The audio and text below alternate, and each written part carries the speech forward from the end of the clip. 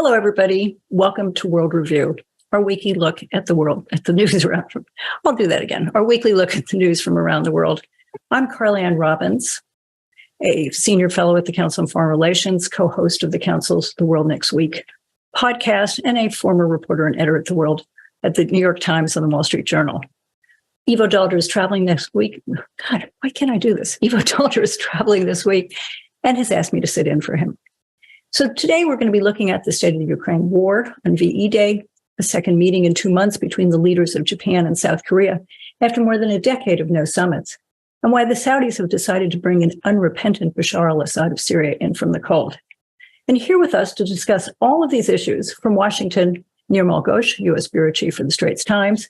Welcome, Nirmal. Thank you, Carla. From London, Philip Stevens, a contributing editor at the Financial Times and visiting senior fellow of the European University Institute. And from Munich, Stefan Kornelius, political editor of Süddeutsche Zeitung. And it's really great to see you all. So, Stefan, if we might start with you. It was a subdued victory day in Moscow and across Russia where celebrations were cut short or canceled. Putin's speech barely lasted 10 minutes, and there's a far more defiant one in Kyiv. And then there were these serial and highly colorful, I don't think we can quote it, eruptions from the Wagner Group's Yuri Prigozhin, who, among other things, claimed that a Russian brigade fighting in Bakhmut had fled. What did we learn this week about the state of the war and some of its key players? Well, the war is going in circles right now. This is the message of this week. Everyone was expecting those very symbolic days, May 8th, May 9th, May 8th for the Western side. The German capitulation was on May 8th, but on the Russian clock was already beyond midnight, so that's May 9th, that those days would mark something significant for our day now, for the war which takes place now, and this is why everyone was watching the parades in Putin's speech, and why everyone has an eye on Bakhmut, which was supposed to be the price which the Russian troops were supposed to deliver to the supreme leader in Moscow to show that their hold is still strong. Actually, the opposite happened, according to unconfirmed reports. We can now assume that parts of the Bakhmut defense line has broken down, that Russian official military, not the Wagner troops, withdrew from the front line and left a gapping size open, which the Ukrainian forces obviously used for their approach and their offensive.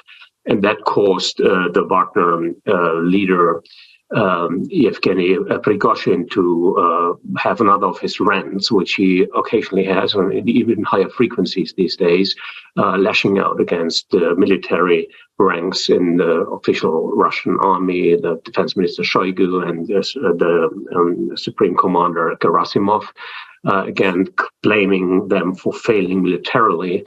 And if we think that this might be sort of the beginning of an infight, this is what is now being speculated into it. I think we might be wise to wait a little bit. And we've seen this before. Prigozhin seems to serve both sides, both Putin in sort of putting pressure on his own military, and on the other side, being sort of a possible scapegoats if Putin really needs to sacrifice someone and needs to blame someone for disobedience and breaking down chain of commands, it might be him. So this is still an undecided battle within the Russian side, but on the Ukrainian side, there's also higher tension because both military and civilian sides and the Western suppliers and help brigades, basically of NATO and everyone else, are waiting for the offensive to start. So why is it not happening? Probably weather, probably terrain, we don't know. Probably not enough manpower, not enough fighting power, probably not enough ammunition. We simply don't know.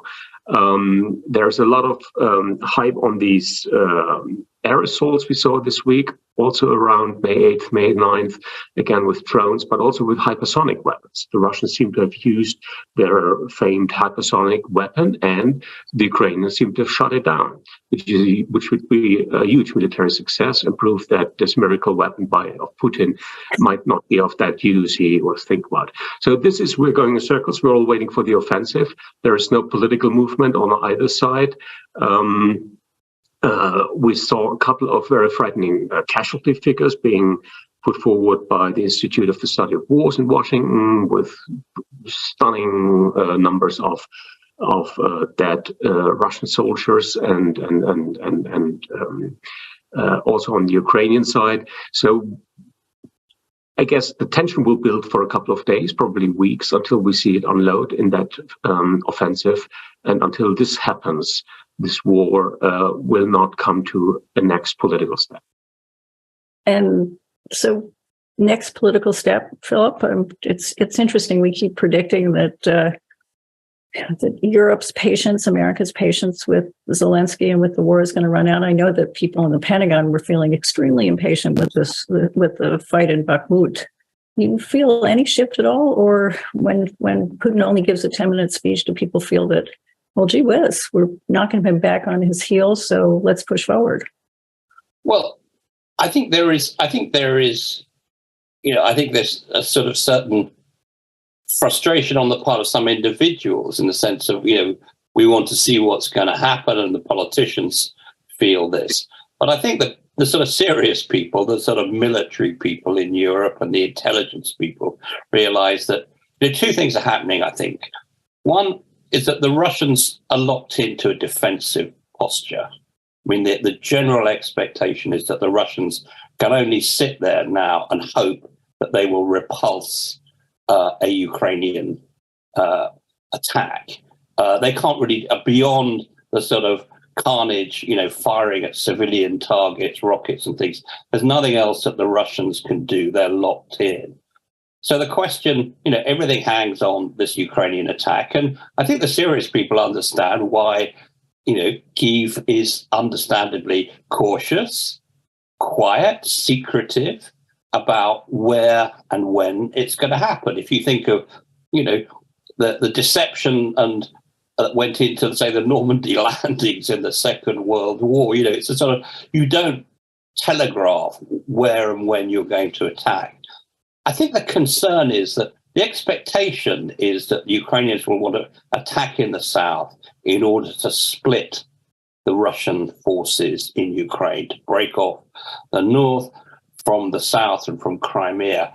That's the strategic prize, but that's what the Russians will be expecting. So the question is, if and when the Ukrainians could take the risk. We saw one small move this week, which may be the beginning of a further shift, when the British said they're going to give long-range cruise missiles to the Ukrainians. In fact, have supplied them already. The longest range missiles that they've had so far can fire 300 kilometers or so can attack the Russians behind their lines. And I think the British hope that this will be the harbinger of further supplies from other countries. So, everyone's invested in Ukraine succeeding in its counterattack. And I think most people are content to say we're not going to make any judgments on peace talks or whatever until after that. So, and I do want to move on to this peace talk question with Nirmal, but on this, the issue of equipment, the Americans announced $1.2 billion that they were going to let the Ukrainians actually go out and buy it themselves, which I think is an interesting bit of progress there. But as Stefan said about shooting down this, what appeared to be a hypersonic weapon, which everybody was flipping out about a couple of years ago, and the Chinese suddenly had one.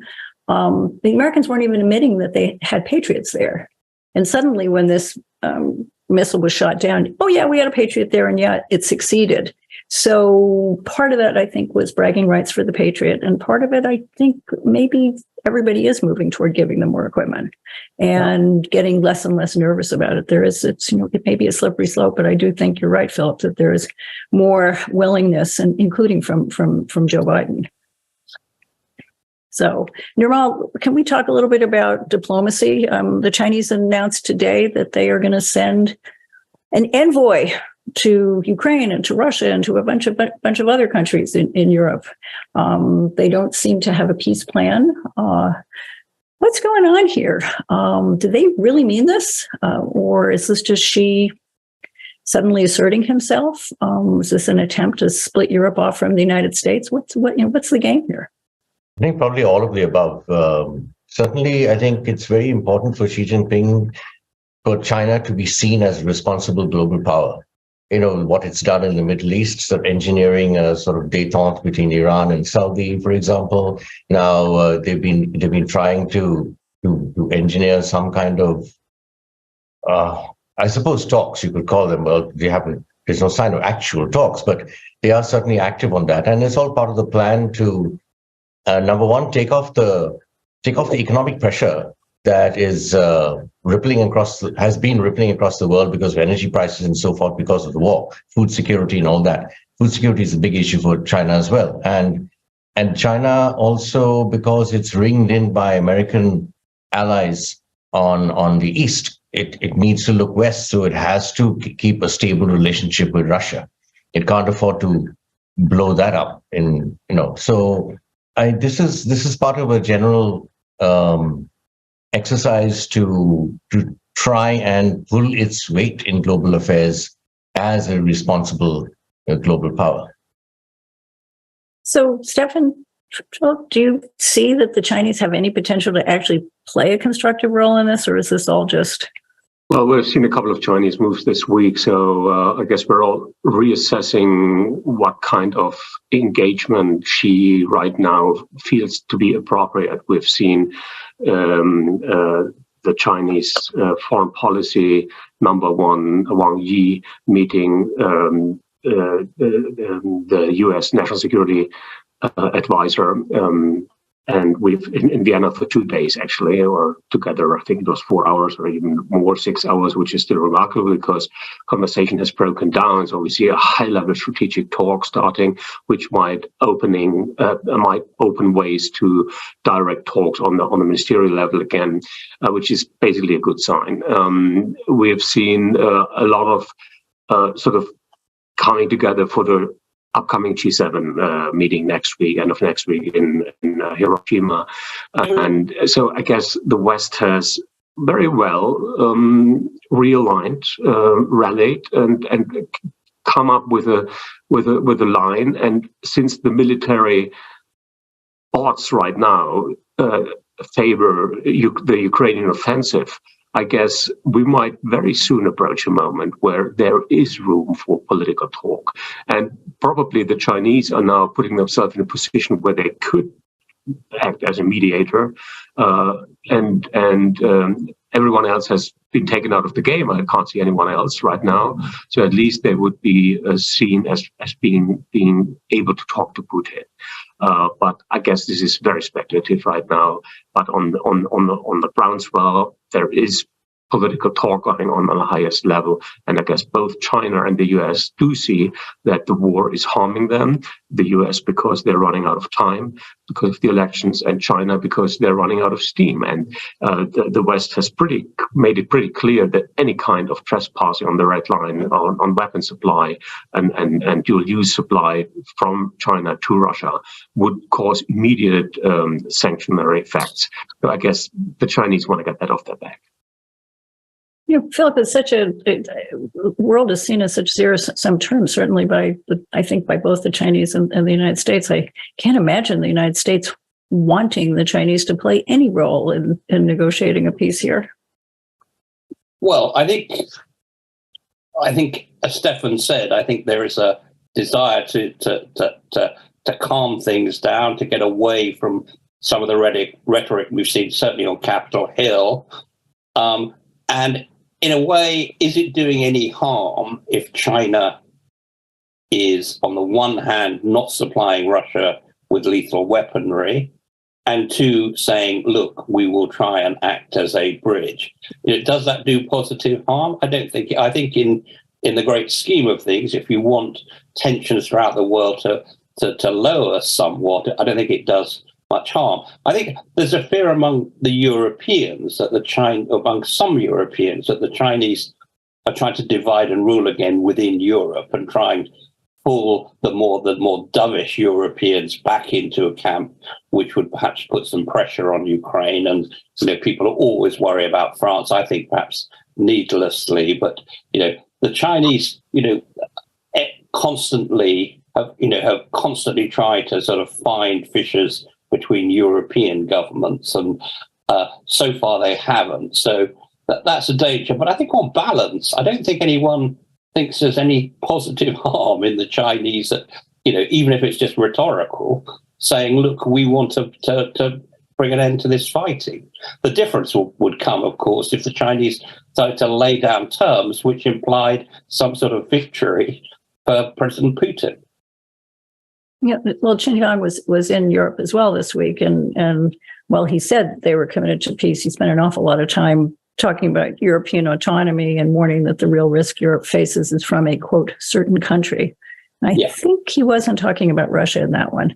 So, Nirmal, let's stay in Asia. And Japanese Prime Minister Fumio Kishida and Korean President Yoon Suk-yeol met in Seoul on Sunday. And this followed Yoon's visit to Tokyo in March, in which they had the most extraordinary drink together. They had an enormous beer mixed with this Korean, some other form of alcohol, and they looked so stiff meeting together with these. I suppose afterwards they probably loosened up, but we didn't see pictures of that.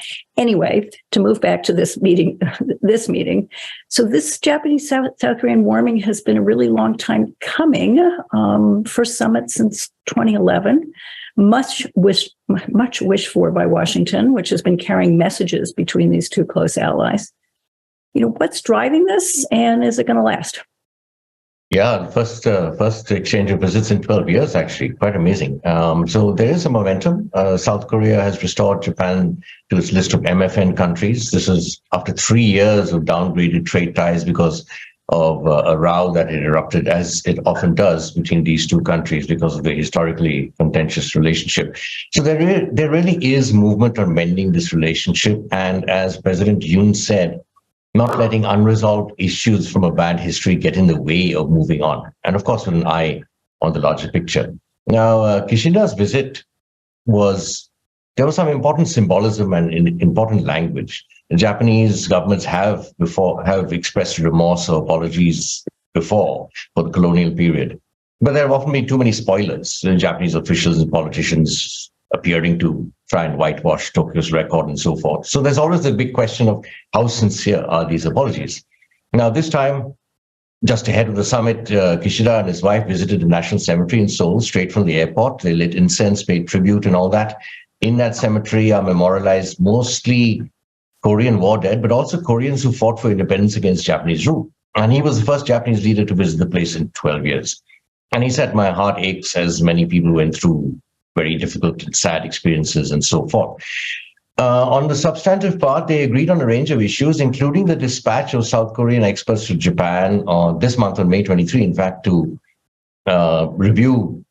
analyze Tokyo's plans to release treated radioactive water into the sea from the Fukushima Daiichi nuclear power plant, which is a huge issue.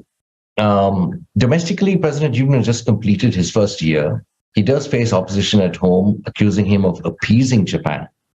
And at the same time, though, he has had remarkable foreign policy achievements. The Washington Declaration, as we know, he was here for a state visit just weeks ago, 70 years of the alliance.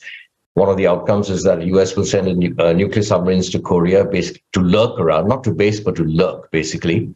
Very significant. The Korea-Japan reconciliation, if you will, some would argue it's a bit early to call it that because there is still no fundamental and permanent resolution to historical grievances. But if it sustains, this will go a long way towards enhancing trilateral cooperation with the United States, including military interoperability. And that, again, is very significant indeed. So again, there is momentum, driven, of course, by the threat of China and also by North Korea's unrelenting testing of missiles and so forth. There is a sense that relationships and alliances need to be upgraded. Kishida spelled it out. He said the international situation surrounding us is making cooperation between Japan and South Korea increasingly essential. And they both mentioned North Korea. So all this is very good news for Washington, as you said. So his heart ached, but the most recent reason why they downgraded trade ties was because this court ruling saying that the Japanese companies were supposed to pay for the forced laborers, and the Japanese said, "No way, we're not going to pay for it." And Yoon is the one who said they were going to set up a private fund to cover it, and that was not very popular inside of South Korea when you talk about appeasement. Why is Yoon seems to be far more interested in this relationship than the Japanese, or is that just, the Japanese are more arrogant, or what's the story here? Well, yeah, I think this is Yoon's Achilles heel or vulnerability, you could say, because he has been accused of appeasing, of sort of bending over backwards for the Japanese, right?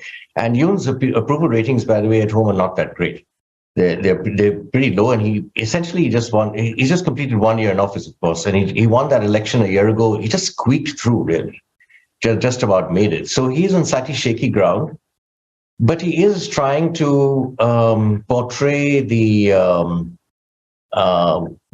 strengthening of the alliance of Korea's alliance with DC, with the US, and the North Korea and Chinese threats as a reason to sort of, as you said, move out of this sort of history. Now, that doesn't mean history won't repeat itself. There will always be people in South Korea, people in Japan who are against this for whatever reason, to domestic politics or whatever, or ideology or whatever. There will always be the case. Yoon wants to basically just keep managing this, set up mechanisms to manage this, and show a little bit of incremental progress here and there, just enough to stave off the critics. Because in the wider sense of the Northeast Asia and the Indo-Pacific, they do need to strengthen the relationship. They need to mend the relationship with Japan. And as you said, Washington has been carrying messages back and forth. This is Tokyo and Seoul bearing the hatchet as music to Washington's ears. And it's part of what the US calls the lattice work of alliances and partnerships across the region. And it's being done quite effectively. The US is setting up embassies in Pacific Islands, Kiribati, Vanuatu, what have you. Just a week ago, Philippine President Marcos Jr. was here, an official visit. Manila will allow the US military to use 4 additional facilities, bringing the total to 9. South Korea, by the way, also said it will further restrict tech and industrial exports to Russia and Belarus to support the US, right? Again, it's pressure campaign against Moscow. There is more going on. Japan is in talks with NATO to open a liaison office in Japan. President Biden, of course, will be in Hiroshima very soon for the G7. He will fly to Sydney for the May 24 Quad Summit, where he meets leaders of Japan, Australia, and India. And on the way, interestingly, he's going to drop in at PNG, Papua New Guinea, for the Pacific Forum, where he will meet other regional leaders, as well as India's PM Modi again, who will be here in DC in June, next month, for a state visit.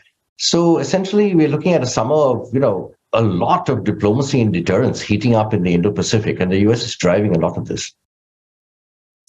So, Philip, there was supposed to be a pivot to Asia in the Obama administration, and there were a lot of people who criticized the Biden administration for being AWOL from Asia for a long time, and then, of course, Ukraine. There's always something that gets in the way of the pivot.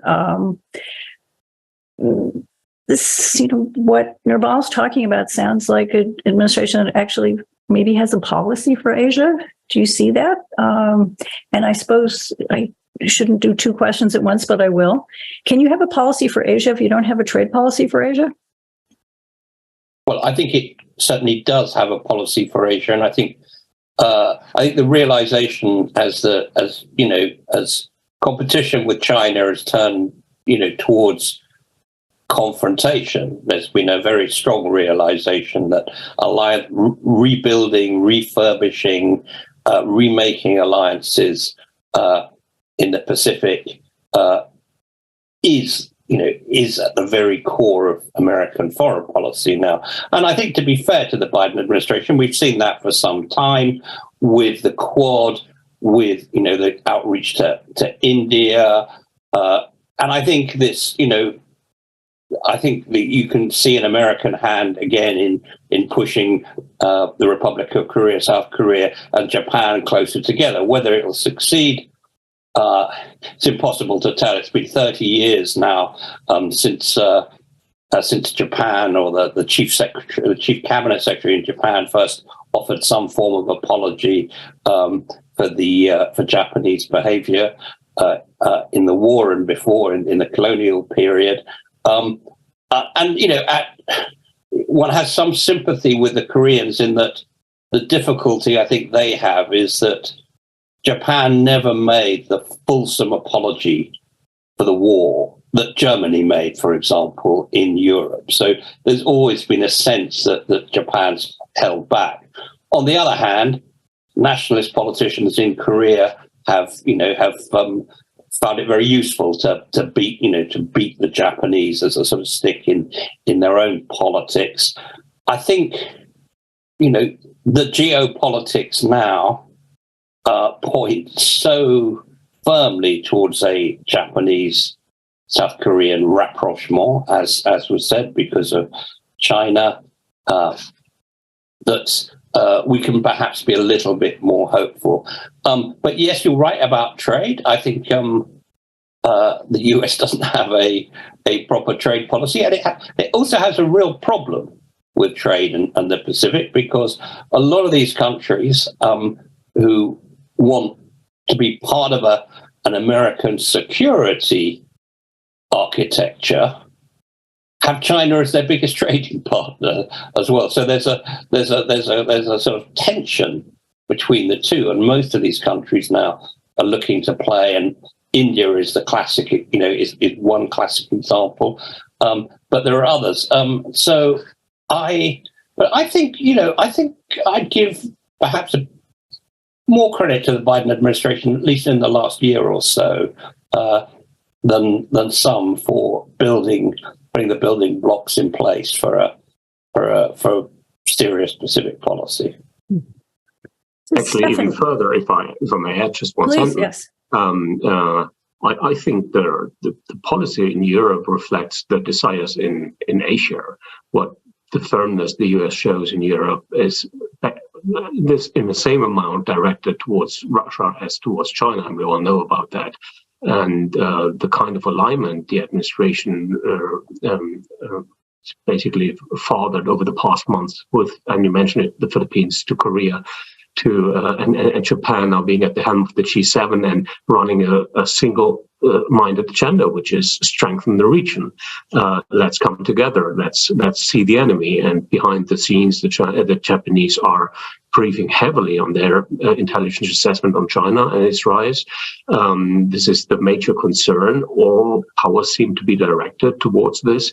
And since we shouldn't forget that since Kim Jong-un was pictured recently, I think it was 3 weeks ago, in front of a small nuclear warhead, which seems to be mountable to an intercontinental missile, there is ample reason to be concerned and to really come together for deterrence. I think that worked, and now let's see what's coming out of it. And I mentioned the meeting between Sullivan and Wang Yi in Vienna, and I guess the Chinese probably. They probably really do assess their strengths right now. The Economist runs a very fascinating title I covered this week, Peak China, a debate which we follow for a couple of years. When is the moment that China basically stops growing or basically peaks? Economically, the figures point towards a moment not that far in the future. And whether they bypass the US in such a significant way as we all were thinking a couple of years ago still has to be seen. So I guess there's a lot of reassessment going on right now. And in terms of strategy, I think the Biden administration has done quite a remarkable job over the past months. So, Philip, let's move on to Bashar and the Arab states, mainly at the urging of the Saudis, although the UAE started it, have decided to bring Syria in from the cold. Assad was suspended from the Arab League in 2011 at the start of his horrifying crackdown on anti-government protesters, which in turn sparked a civil war. And this week, the group decided to readmit Syria, and Assad has been invited to attend their May 19th summit in Saudi Arabia. So this man's list of crimes are legion, and he hasn't really made a single concession. So then why are they doing this? And they can let him back in, but as far as I can tell, nobody in the West is going to rush in to rebuild Syria, and the Russians certainly aren't going to do it. So does he get more than a hearty handclasp? Well, he gets the end of isolation, the isolation that he's been in for the last decade, which is something. And I think this is quite a significant moment, and it's, I think, significant in two respects. One, it's the final, if you like, testimony to the failure of the international community to topple, probably the most brutal dictator we've seen in recent history, someone willing to bomb his own population, use chemical weapons, and someone who 10 years ago had the whole international community, except for Russia and Iran, against him. Basically, the Arab world, disowned Assad as well. Turkey wanted to oust him, and he survived that, and he survived it, and he's now been brought back by the Arab world. And the West isn't really saying anything about it. You don't hear great cries of horror from Washington or London or Berlin or Paris. It's just happening. And this takes me on to the second point, which is equally significant, is we're catching a glimpse of what I call the post-American Middle East, as it were. And this is a Middle East where the big actors, Saudi Arabia in particular, but also the UAE, also, we'll see what happens in the elections, Turkey, are increasingly making their own calls and decisions on things. We saw that with the way that the Saudis, brought in the Chinese to broker the deal and reopening of diplomatic relations with Iran. We saw it in China's role as well, a parallel role in diffusing the conflict in the Yemen. It's not over, but it's diffusing. And this is a world in which the Saudis they're not throwing the Americans overboard. I mean, even this week they were working with the Americans to try and get a ceasefire in Sudan. But they're saying, look, these relationships are no longer exclusive. The US you're still a big power in the Middle East, but you're not the only big power. And so we're going to do deals with China, and we'll do deals with Russia if necessary. We're going to do deals with other people. And the United States, having pivoted to the Pacific, now have to accept the consequences. And it's a world which, the Middle East has effectively, for the last 150 years, been run by the Europeans and then the Americans. And this is a totally new environment. As I say, the US still has very significant influence and the biggest military, of course, in the region. But it doesn't any longer call the shots. It has to accept. I think that the silence of the West on Assad tells you something really quite important, that people in the West understand this now, and we're into this realpolitik where the values and human rights and the rest of it are pushed gently to one side. That is pretty horrifying. I mean, Assad did things, as you said, bombed his own people, used chemical weapons, which everyone accepts as just absolutely, I don't want to use the term red line, but I will use it. Is there a loss of deterrence here for other bad actors? Does a Putin in the world, look at this and say, aha, I don't have to really worry about that. Probably he never worried about that ICC, but the people around him, if Assad can just hold on and not only be brought in from the cold, but there's really not a large protest, as Philip said. I mean, Stefan, do we just put this off in the corner, or are there larger implications for this? Well, I think we really see the Middle East as being the neglected area of the past years, definitely, and so many loose ends which are now knit together in different ways. So many actors are now trying to fill the vacuum the US leaves, and also Russia does leave now, being preoccupied with the war in Ukraine. The third factor is definitely Iran, which is now almost in an untouchable situation with having risen up its enrichment to over 90%. At least that's one measurement by nuclear bodies. And the fourth actor, and we shall bring it in here now, is Turkey, having the elections on Sunday, where it is either Erdogan and authoritarianism and further deterioration of the little which is left of democracy, or the stunning effect of an electorate brushing aside an authoritarian system, which would send shockwaves through the world, basically. Turkey is such a huge country, being able to get rid of a semi-dictator there.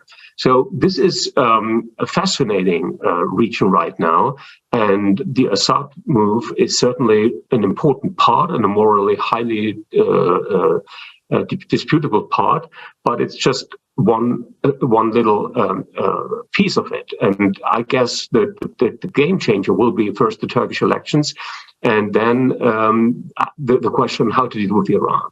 Iran is the big white elephant in the room, and nobody really knows how to control the nuclear threat. The major powers don't know either. America definitely doesn't want to go to war. The question is, what kind of war would that be anyway?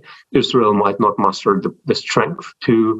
This is not a surgical thing. This would be a major war, and so I guess we're all looking for new strategies on how to deal with it, how to realign. And just one little last remark on sort of a nutshell thing, which is worth watching in the north of this whole region. Azerbaijan and Armenia are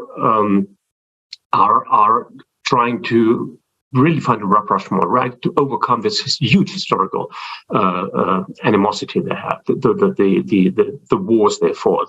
The arch enemies are negotiating. Actually, this Sunday, President Aliyev and the Prime Minister of Armenia are meeting again in Brussels for a second step of negotiations.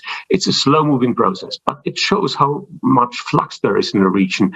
They're trying to get away from Russia. They're under pressure from Iran. Azerbaijan is. They're now basically circled by the West and embraced by the West. The EU trying to offer things, the Americans hosting them. So there's a big alignment thing going on, and I'm not in a position to predict where this will end, but it's fascinating to see it moving. So, Stefan, I'm glad you brought up Turkey. Nirmal, let's talk a little bit about. We can't predict what's going to happen, and we may not even know what's going to happen because they may go to a runoff. But what happens if Erdogan loses after 20 years? I mean, what does it affect? I mean, Stefan makes the point that it would be an incredible win for democracy. What are the ripples internationally? Because Turkey, of course, it's everything from negotiating the Black Sea grain deal to played roles in Libya, Syria.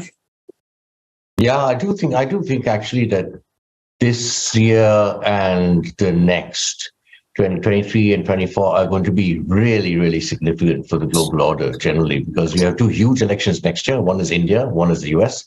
And this year, all this stuff is happening. You have Turkey, you have an election in Thailand also this weekend. You have the situation in Myanmar, a civil war in Myanmar. And Myanmar is been plunged back to the 70s. I mean, they have 1 hour of power a day in Mandalay. Can you imagine? So if Erdogan does lose, and a lot depends on what happens afterwards, right? But I think it would be a signal, certainly send a signal to authoritarians around the world that there are limits. Unfortunately, it could also be to those authoritarians who don't bother with the sort of mask of camouflage, some window dressing of democracy. It will be a signal to them that they should not allow themselves to be subjected to a referendum. That could also happen. So we might see some regimes who are not impressed at all by what happens in Turkey if Erdogan basically loses. Also, I think it's not clear whether if indeed the opposition win, and that Mr. Kemal Kılıçdaroğlu, whose name we're all going to have to learn to pronounce more fluently than I have, but it's not clear that it would bring an immediate shift in foreign policy. I think the Europeans think there would be a better relationship with the West, but Turkey has interests in the relationship still in Syria. I mean, it's engaged. It has troops there, and it has this Kurdish problem. You'd hope that you'd see some easing the tensions with the Kurds. You would hope that there may be some mechanism in northern Syria to to bring an end to the potential conflict. But Turkey is in a pivotal place, and it has to be friends with Russia strategically. It needs to have a working relationship with Iran. It needs to have a working relationship in a way with Saudi Arabia. So I think what the opposition's promising, which is I think should give Democrats heart, is the restoration of the rule of law in Turkey, and after the trampling of democratic institutions by Erdogan, and the reintroduction of sound economic management in Turkey, and the restoration of a stable, functioning market economy. But I don't think we should leap to the idea that all of a sudden we'll have a Western-friendly Turkey, which will do what the Americans or the Europeans want. I think it's a much more complex picture than that. Actually, quite the opposite. I mean, Philip, you're totally right.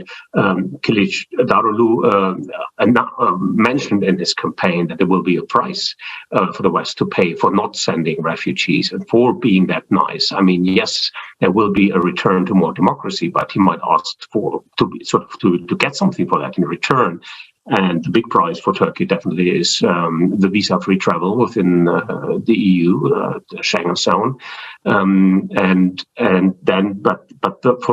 for the West or for Europe, definitely the demand is a functioning market economy or financial system and a predictable financial system.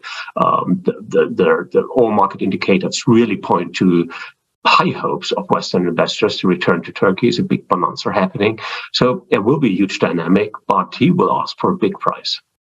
Yeah, because he's at least going to understand interest rates, which is something that Erdogan does not understand or has decided. I mean, Kılıçdaroğlu has promised an independent central bank, which is perhaps going to be the most significant change. But he's also said he wants the refugees out of there, which is going to be problematic with Europe. So since we're violating the rules of Ivo's rule here, but since he's in Asia, he's probably not watching.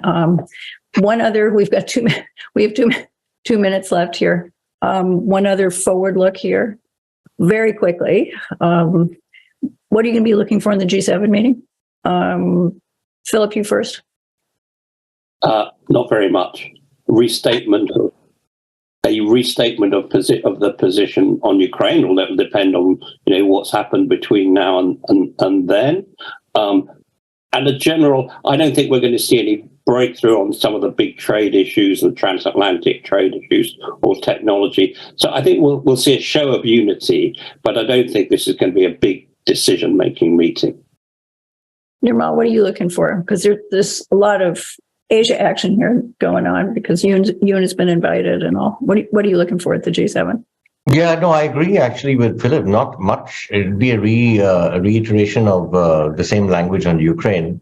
From Southeast Asia's point of view, separately from the G7, the working groups are meeting to negotiate the terms of the IPEF, the America's Indo-Pacific Economic Framework. That's going to take a long time. It's been slightly underwhelming for Asia, but so that's separate. But I don't think that much is expected from the G7. I think more they'll be watching the Quad summit more closely, nation. Stefan, last word to you. Same here. A big love fest of the West, where the sort of the reassurance of our commitment, and since it happens to be in Japan, it'll be the bridge from the Ukrainian war to the Pacific theater, and we'll see they're in the same game. Well, we'll see if there's more news than you guys are predicting, because we'll be back next week for next week's edition of World Review from the Chicago Council on Global Affairs. Ivo will be off again. Well, he's off. He's working. He'll be off again in Asia next week. And I will be back, and I promise I'll do a better job in the intro. I want to thank Nirmal Ghosh of Straits Times, Philip Stevens of the European Union Institute and the FT, and Stefan Kornelius of Süddeutsche Zeitung for a great conversation. And I hope to see you all here next week. Stay safe, everyone. And Stefan, Nirmal, and Philip, what a delight. Thank you. Thank you. All the best. Thanks very much.